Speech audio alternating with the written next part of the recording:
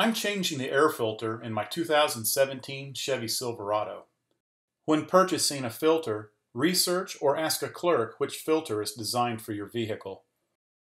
Begin by pulling the hood release located underneath the steering column and open the hood.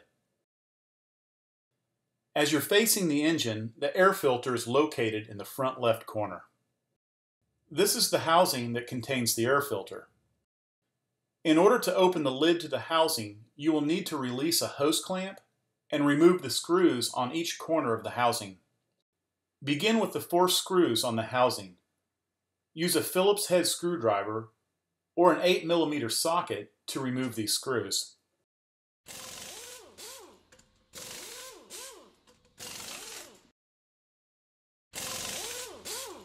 Next, use an 8mm socket on the hose clamp.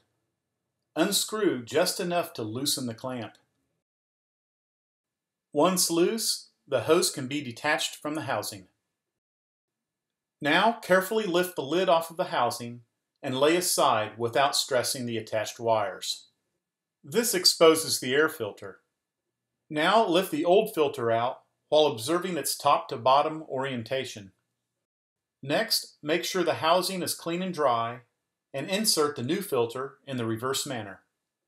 Return the lid and attach the hose to its original position. Tighten the hose clamp until it's well secured. Next, return the 4 screws to the lid of the housing. Tighten well, but do not over-tighten or you could damage the housing. Finally, close the hood and you're ready to drive.